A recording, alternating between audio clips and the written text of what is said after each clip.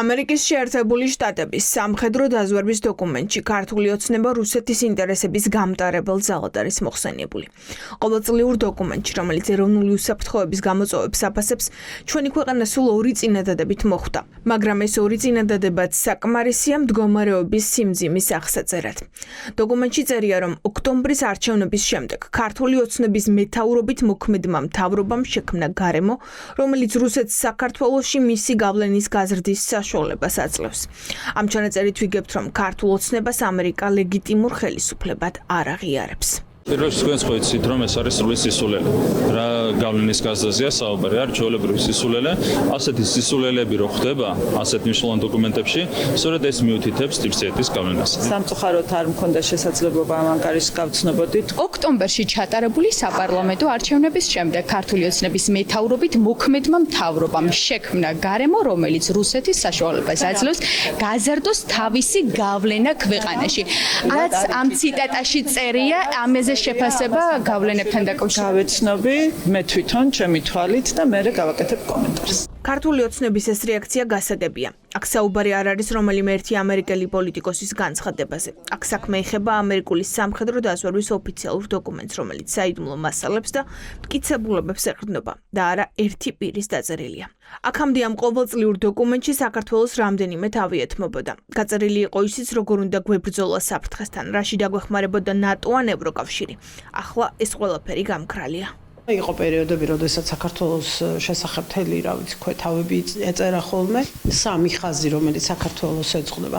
სხვა ვითარებაში რომ იყოს ქართულ-ამერიკული ურთიერთობები იქნებოდა 2-3 გვერდი და იქ ჩამოწერილი იქნებოდა ყველა ის ღონისძიება, რომელიც ამ საფრთხეების ჯერ პრევენციისთვის, შემდეგ თუ მაინც საფრთხე მოიმატა ნეიტრალიზებისთვის, საფრთხის თავიდან არიდებისთვის, რა უნდა გააკეთოს ქართულმა მხარემ, რაში უნდა დაეხმაროს ამერიკული მხარე, რაც შეიძლება ჩაერთოს ნატოს, რაც შეიძლება ჩაერთოს ევროკავშირი.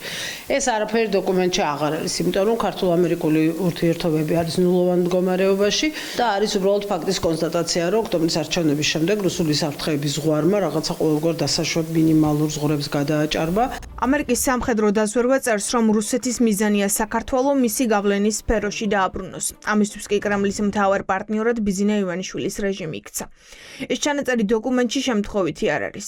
ანგარიში ახლა უკვე ამერიკელ კანონმდებლობთან გადაინაცვლებს და ამის მიხედვით განისაზღვრება შტატების პოლიტიკაც.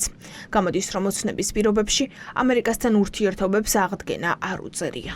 მაშინაც კი ეს ხელისუფლება ლეგიტიმურია, ის ხელს უწყობს რუსული გავლენების გაძლიერებას. ეს არ არის ჩემი შეფასება, ეს არის ამერიკის დაზვერვის შეფასება, რომელსაც ამერიკელი პოლიტიკოსები აუცილებლად დაეყრდნობიან ჩვენს მიმართ პოლიტიკის განსაზღვრებას.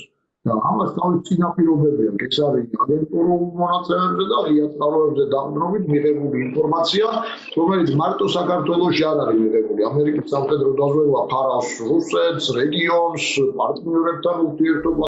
დოკუმენტში საქართველოს ხელისუფლების ნაცვლად კობახიძის მთავრობა მოხსენიებულია ოცნების მეთაურობით მოქმედ მთავრობად. ესეც განაცხადია. ოფიციალურ დოკუმენტში შტატები ოლიგარქის რეჟიმს ლეგიტიმაციას არ აძლევს. ჩვენ რეალურად ეხლა ვიბრძვით ჩვენი სუვერენიტეტის გადარჩენისთვის. შეერთებული შტატების სამხედრო დაზვერვის ანგარიში ასეთი ტექსტით მოხსენიება და ერთ-ერთ მთავარ თემად გამოტანა ამ საკითხის კავკასიაზე სათქმელი 2 რამ აღმოაჩნდა შეერთებული შტატების სამხედრო დაზვერვას. ერთი ის, რომ სომხეთი თავისუფლდება რუსული გავლენებისგან და საქართველო შედის რუსულ გავლენებში მოქმედი ხელისუფლების ქცევიდან გამომდინარე. ლეგიტიმაცია გრძელდება და საუბარია ქართულ ოცნებაზე და არა ხელისუფლებაზე. მეორე კიდევ უფრო მძიმე, რა თქმა უნდა, არის ის, რომ დღევანდელი ქართული ოცნება არის ღია კოლაბორაციაში კრამთან და ნათქვამ იმ შესახებ, რომ სწორედ ქართული ოცნების ნაბიჯები რუსეთის გავლენების ზრდას ემსახურება საქართველოში, ფიქრობ არის გაგრძელება იმ სანქციების, რომელიც ჯერ მარცხალაძეს დაედო, როგორც რუსეთის სპეცსამსახურების წარმომადგენელს საქართველოში კრემლის ინტერესების გასაზრდელად და შეგვიძლია თავად ბიზინა ივანიშვილს. ამერიკის სამხედრო დაზვერვის დოკუმენტი შესაძლოა სანქციების ახალი პაკეტის მიზეზადაც იქცეს. ივანიშვილი სწორედ რუსეთის სასარგებლოდ მუშაობისთვისაა სანქცირებული, მაგრამ ჯერ კიდევ წინაა სრულმასშტაბიანი ფინანსური სანქციები.